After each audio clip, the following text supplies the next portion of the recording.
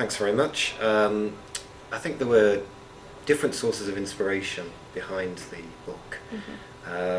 One major concern is regarding inequalities. We obviously live in a world where there are significant inequalities economically, socially, politically. And I've always been intrigued about why and how the world takes its existing forms and hopefully the means by which it could be bettered. And many of these inequalities have worsened over the neoliberal period of the last 4 decades. So out of that comes a concern regarding how one can best analyse these inequalities. And one way is to look at the ideas which have become dominant in our current period. There is a struggle over what are called neoliberal ideas. That could be in terms of free trade, or it could be in terms of consumer choice. And it matters not only because these ideas tell us something about why the world exists in its current form, but also because they have impacts on people's livelihoods, particular groups, and all the way up to certain countries. So it matters materially which ideas win out over others. And a kind of final kind of aspect within this, I think, is inspiration, is that I've always been interested in the buzzwords which circulate in this discourse, or what is sometimes referred to as the impact of management speak in different fields. So the book is trying to say something about not only the big concepts such as freedom and competition, but also a cluster of other terms which sometimes pass under the radar, but I argue carry a neoliberal twist or a neoliberal stamp, such as diversity, partnership, governance, and others. And those are not always well addressed in the literature.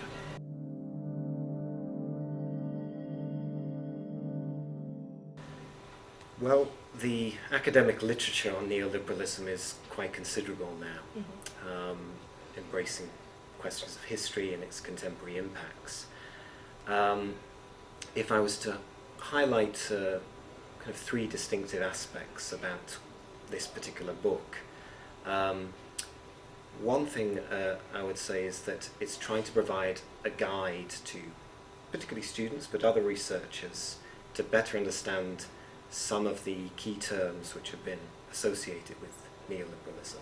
So across 44 entries, I'm trying to provide a sense of the etymology of the term, shifts in its meaning, and some of the critiques which have come out of its uses. So in terms of that particular format of book, in terms of an accessible, digestible series of mini essays on neoliberalism, is something that doesn't exist in that particular form. The second feature I'd say is that this is a work of synthesis, that I'm trying to draw upon insights from many different fields in the social sciences. My field is political economy, but I'm trying to look at others who have addressed neoliberalism in geography and development studies, sociology, and others. So you have many great books on neoliberalism from David Harvey or Jamie Peck, and these are great in terms of giving us a sense of the history and contemporary impact, but I want to pull together the insights, the empirical insights and theoretical insights that you derive from many different fields, and presenting it in a form that is that can be consumed by students and other researchers. And I think a final thing would be a bit more specific in terms of this book is looking at the relationship between power and language in the neoliberal period. And I'm certainly not the first to note that neoliberalism carries with it its own collection of terms. Where I'd say that this bit more distinctive, this book, is it's trying to address this systematically.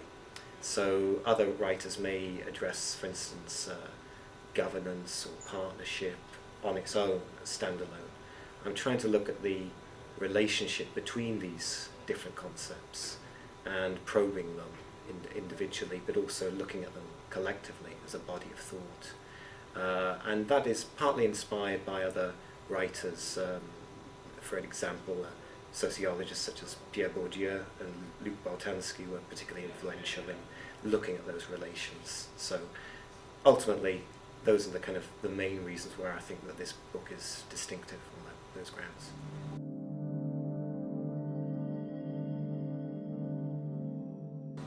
I think that one aspect that's interesting is the eclectic range of source material that neoliberal ideas draw upon. You can consider this in terms of very old ideas like freedom, which are recycled in many different forms, or more technical theories that come out of economics or other fields, and also just everyday influences which may not necessarily be capitalist in their origins. I think that one theme which was very significant that perhaps I underestimated was the role of management and various theories and ideas that come out of management thinking. That can be considered in terms of ideas, but also in terms of formally in terms of business schools as being very important for the production of that knowledge. I knew management was a significant influence on neoliberal vocabulary, but I didn't fully appreciate just how powerful it was in terms of its reach. So I think what this book is trying to say is that sure, there are particular intellectuals such as Hayek or Friedman who are very significant in the origins of neoliberal ideas, or you can look at neoclassical economics as being a very important field which is said to be a source of inspiration for neoliberal ideas. But in many ways, management is in some respects more significant, partly due to its reach, and it can be easily digested by different audiences. So I thought that was something which I had underestimated in terms of the content of the material.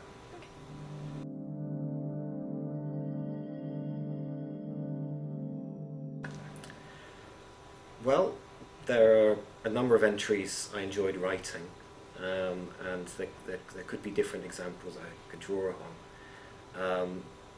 But I'll give one illustration which would be regarding the notion of emerging markets. It's an interesting story because we can find a particular author of that concept, and it goes back to the early 1980s when there was a former economist from the World Bank who went off to work in the private sector, and he designed an investment vehicle which he called the Third World Equity Fund, and he tried to pitch this to Wall Street bankers, and he tried to say that developing countries have very good prospects for economic growth, and you should consider investing your money in this fund. But he was met with a very interesting reaction from the bankers who said, we like the idea, but the title of the fund is problematic, because in their heads, third world tend to be associated with negative connotations at this time, like command and control policies and poor manufacturing and things like this. So they said, great idea, but the title is not quite right. And this guy, this former economist, went away and he came up with this new title, which was Emerging Markets. And he actually writes about this, and he actually says things like, third world implied stagnation, but emerging markets suggested growth, optimism and dynamism. And sure enough, the bankers took him up on the offer, and they said, okay, if it's retitled Emerging Markets Growth Fund, we will invest our money in it. I think it's a very interesting example because for a couple of reasons. It tells us something about how emerging markets is reflective of a larger capitalist ethos of expansion and commodification, and imagining a whole country, everything in it in terms of a market, I think is very distinctive of a neoliberal worldview.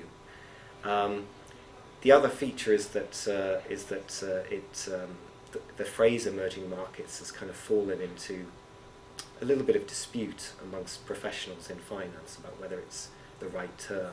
So it's a contestable term now. But a final note would be that it's true that this is an interesting phrase because we can find the author of it. But most of the terms in this book are derived from very complex processes, and so they don't have a single author. But in this instance, there's something intriguing about this phrase, emerging markets.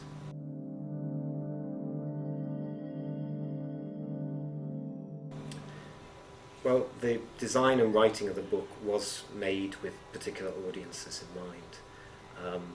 I think the first is that this is designed for students, particularly undergraduate students, but also those at other higher levels. And it came out of that every year I have students come to me asking for some accessible guide in order for them to better understand this thing called neoliberalism. So it was always written with them in mind that it could provide them with easier entry points into this field, and that's why it's primarily pitched in their direction. But I was also writing it with the view to other researchers across the social sciences. So hopefully, even those who are very familiar with these terms, and it's part of their stock vocabulary, will find, I tried to find some interesting additional insights into where these terms have come from and their contemporary impact. So hopefully there will also be appeals to others across the social sciences who are intrigued about this relationship between language and power.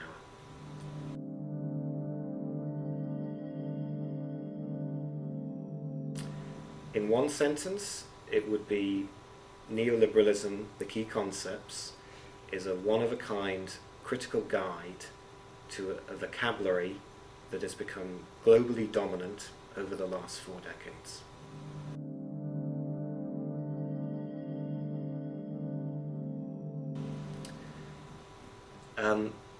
There is my previous area of research empirically was looking at the politics of international trade, and I've returned to that for a new project, which is looking at the role of experts and expertise in the making of international trade policy. So this is concerned with asking really 2 questions. One is, how do people become experts in this particular social world? And secondly, what are the consequences of certain forms of expertise winning out or becoming privileged over others? So you can see that there is actually a bridge to the work on neoliberalism here, in terms of that the making of concepts is the labour of experts, and so I'm still interested in that theme, but this is looking particularly at the role of debates over international trade. And just one illustration on that is that I'm very intrigued about the role of NGOs that have developed research capacity in trade policy, such as Oxfam, and trying to work out how they've gone about becoming quite mainstream actors and how they've gone about contesting the politics of trade. So that's the current work I'm investigating.